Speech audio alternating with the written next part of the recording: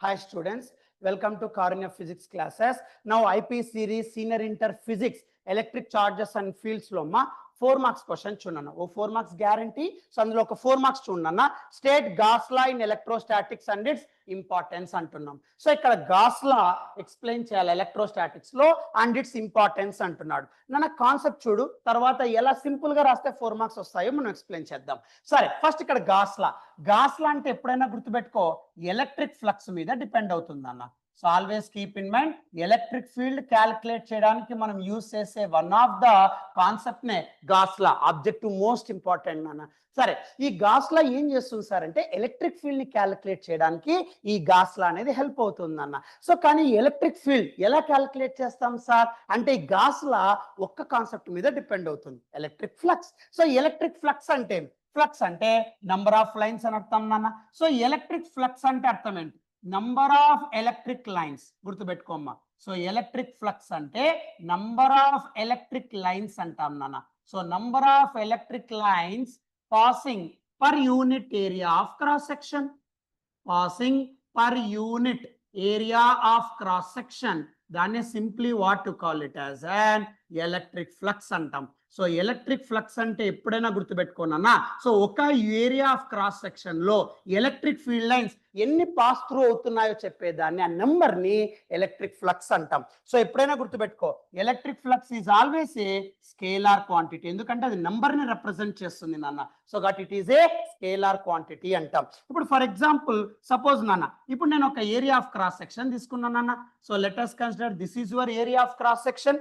ఇప్పుడు ఈ area of cross section లో ఎన్ని ఎలక్ట్రిక్ లైన్స్ అయితే పాస్ త్రూ అవుతున్నాయో, right, that number of lines which is passing through this area of cross section, what to call it as an electric flux అంటాం. So ఇది area of cross section అన్న.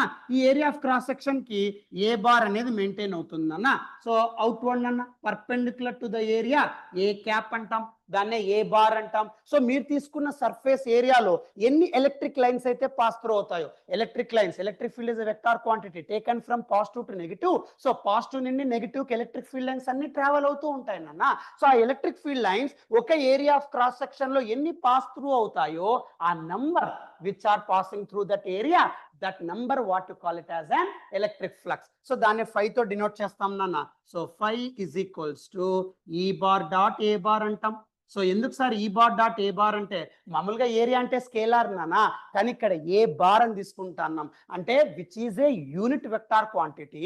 So ఆ ఏ bar అనేది కూడా ఎలా ఉంటుంది sir అంటే పర్పెండిక్యులర్ టు ద సర్ఫేస్ ఉంటుందమ్మా. అంటే మీరు ఏదైతే ఇక్కడ ఏరియా తీసుకున్నారో ఈ ఏరియాకు పర్పెండిక్యులర్ గా ఉండే వెక్టార్ ని ఏరియల్ వెక్టార్ అంటాం, దాన్ని ఏ బార్ అంటాం. Right, okay. ఇప్పుడు మీరు తీసుకున్న ఏరియా ఆఫ్ క్రాస్ సెక్షన్ లో ఆ ఏ బార్ యూనిట్ వెక్టార్ మెయింటైన్ ఉంటుంది కదమ్మా. సో మీరు ఏదైనా తీసుకోండి, ఆ ఏరియాకు పర్పెండిక్యులర్ గా ఉండే వెక్టార్ ని ఏరియల్ వెక్టార్ అంటాం. A bar perpendicular to the surface, దాన్నే ఏ బార్ అంటాం. ఇప్పుడు ఆ ఏరియా ఆఫ్ క్రాస్ సెక్షన్ లో ఎన్ని ఎలక్ట్రిక్ లైన్స్ అయితే పాస్ త్రూ అవుతున్నాయో దాన్నే మనము ఎలక్ట్రిక్ ఫ్లక్స్ అంటాం. So phi is equals to number of electric field lines passing through that area.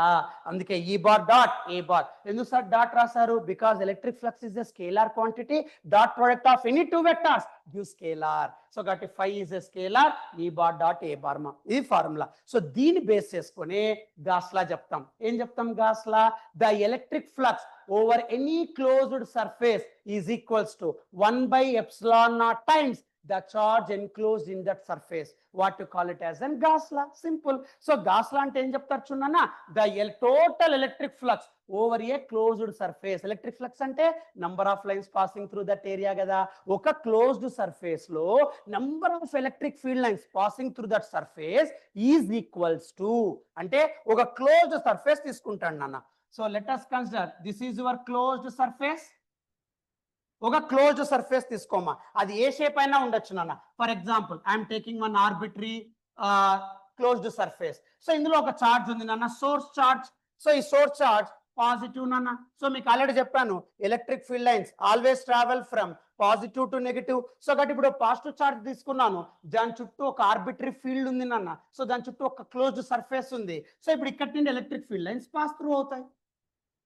ఈ క్లోజ్డ్ సర్ఫేస్ నుండి ఎలక్ట్రిక్ ఫీల్డ్ లైన్స్ అన్ని డైరెక్షన్స్ లో ఇలా పాస్ త్రూ అవుతాయి నాన్న. ఇప్పుడు ఒకసారి చూడన్న, the electric flux, the total electric flux over a closed surface అంటున్నాం. సో ఇదంతా క్లోజ్డ్ సర్ఫేస్ నాన్న, electric field lines passing through that area. But ఆ ఏరియా యూనిఫామ్ గా లేదు నాన్న, రైట్? సో డిఫరెంట్ గా చూడు, ఇక్కడ ఒక ఏరియా డిఫరెంట్, ఇక్కడ ఏరియా డిఫరెంట్, ఎందుకంటే it is not regular shape, irregular shape, so deformed shape, కాబట్టి ఏరియా ఇర్రెగ్యులర్ గా ఉంటుంది, రైట్? సో ఇప్పుడు ఎలక్ట్రిక్ ఫీల్డ్ లైన్స్ ఇలా పాస్ త్రూ అవుతున్నాయి, కరెక్టే. స్మాల్ ఏరియా తీసుకున్నారు అనుకోండి, ఫర్ ఎగ్జాంపుల్. సో ఇక్కడ ఒక small area of cross section I'm taking, small surface. So areal vector ఎప్పుడు కూడా perpendicular to the surface, so that is ds bar. So total surface area S అనుకుంటే perpendicular to the surface ds, but it is not a regular shape, I'm taking small element in that. అలా ఎక్కడైతే electric field line travel అవుతుందో అక్కడ ఒక small area consider చేస్తాం నాన్న.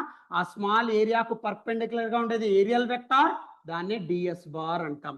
So ఇక్కడ electric field నాన్న ఈ బార్, ఇక్కడ ఎలక్ట్రిక్ ఫీల్డ్ నాన్న ఈ బార్. చూడన్నా outwards plus to minus electric field line, but ఇక్కడ ఏరియాలో ట్రావెల్ అవుతుంది కదా, ఏరియా ఆఫ్ క్రాస్ సెక్షన్ లో. ఆ ఏరియా టోటల్ ఏరియా మనం తీసుకోలేం, it is not regular area. Total area అంటే నువ్వు తీసుకుంటావు, స్క్వేర్ అయితే 4πr², సర్కిల్ అయితే πr², అలా ఏరియా తీసుకోవచ్చు, కానీ ఇది ఇర్రెగ్యులర్ కదా. So small area I'm constructing నాన్న. సో కాబట్టి ఇక్కడ perpendicular to the surface ds bar, right? So ఇలా అన్ని కూడా స్మాల్ ఏరియా తీసుకుంటున్నాం, వీటిని అన్ని కలిపితే మనకు వచ్చేదే ఇంటెగ్రల్. సో కాబట్టి స్మాల్ ఎలిమెంట్స్ తీసుకుంటున్నాం, so then you can go for integral. But closed surface కన్నా అందుకే క్లోజ్డ్ ఇంటెగ్రల్ అని రాస్తారు. ఇలా క్లోజ్డ్ ఇంటెగ్రల్ ఎందుకంటే నువ్వు తీసుకుంటే సర్ఫేస్ క్లోజ్ నాన్న.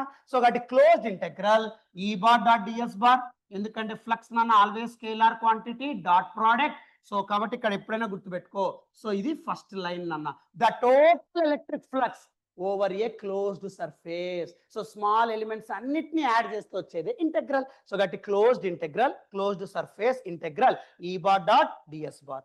ఈడిఎస్ ఇవన్నీ కూడా కలిపితే టోటల్ ఫ్లక్స్ వస్తుంది, ఆ కలపడాన్ని ఇంటెగ్రల్. సో కాబట్టి closed integral E bar dot ds bar is equals to 1/ε0 times the charge enclosed in that surface. So 1/ε times charge, ఎంత చార్జ్ ఎన్క్లోజ్ అవుతుంది? Q. So that is your Gauss law. So Gauss law అంటే the total electric flux over the closed surface is equals to 1/ε0 times the charge enclosed inside the surface అంటాం. So ఒక charge తీసుకొని ఒక closed surface తీసుకుంటే electric field lines pass through అవుతాయి ఏరియాలో, but it is not regular area, I'm taking very small element. So అప్పుడు ఇక్కడ perpendicular to the surface ఉండేది ఏరియల్ వెక్టార్ ఈడిఎస్ ఇవన్నిటిని కలిపితే ఇంటెగ్రల్ క్లోజ్డ్ సర్ఫేస్. సో దీని వాల్యూ ఎలా వస్తుందంట? 1/ε0 times the charge enclosed inside the surface. So ఇది Gauss law. So ఈ గాస్ లా యూస్ చేసి ఎలక్ట్రిక్ ఫీల్డ్ ఈజీగా క్యాలిక్యులేట్ చేస్తాం. అంటే సిమెట్రీలోను, అంటే సిమెట్రీ షేప్స్ ఉన్నప్పుడు ఎలక్ట్రిక్ ఫీల్డ్ క్యాలిక్యులేట్ చేయడం చాలా కష్టం. అప్పుడు ఈ గాస్ లా యూస్ చేసి ఎలిమెంట్స్ ని తీసుకొని పార్ట్స్ గా డివైడ్ చేసి ఆ సిమెట్రీ షేప్స్ ని మనము గాస్ లా యూస్ చేసి ఎలక్ట్రిక్ ఫీల్డ్ క్యాలిక్యులేట్ చేయొచ్చమ్మా. అట్ ద సేమ్ టైం మీరు సిలిండర్ కానీ, right, so complicated charge distributions maintain అవుతున్నప్పుడు గాస్ లా యూస్ చేసుకొని ఫార్ములా యూస్ చేసి ఎలక్ట్రిక్ ఫీల్డ్ క్యాలిక్యులేట్ చేయొచ్చు. That is the importance. మరి దీని 4 మార్క్స్ ఎలా రాస్తాం సార్? సింపుల్ గా జాగ్రత్త చూడన్నా నాన్న, 4 మార్క్స్ కి ఈ పాయింట్స్ రాస్తే చాలు నాన్న, యు గెట్ 4/4. ఎలా సార్? చూడన్నా. So Gauss law, the total electric flux over a closed surface is equals to 1/ε0 times the total charge enclosed by the surface, right? Closed integral E bar dot ds bar is equals to Q/ε0. Simple Gauss law. Importance ఏమి ఇచ్చాం? Complex configurations of charge. So ఇప్పుడు మీకు cylinder లో, spear లో అలా charge complicated గా ఉన్నప్పుడు gas law use చేసి చేసుకోవచ్చు. సిమెట్రీ షేప్స్ ఉన్నప్పుడు కూడా గాస్ లా యూస్ చేసి మీరు ఎలక్ట్రిక్ ఫీల్డ్ ఫైండ్ అవుట్ చేయొచ్చు అని చెప్పాను. అదే ఇక్కడ ఇంపార్టెన్స్ చెప్తున్నాం. In case of complex configurations of charge electric field intensity can easily be calculated by using gas లా అని చెప్తాం. Similarly, symmetric charge distributions, so in many problems are easier using Gauss law. So complicated charge distributions ఉన్నప్పుడు, symmetry charge problems ఉన్నప్పుడు Gauss law use చేసి calculate చేయొచ్చు. So 2 marks, total 4 marks. Simple, right? So for more videos, subscribe my channel. Thank you.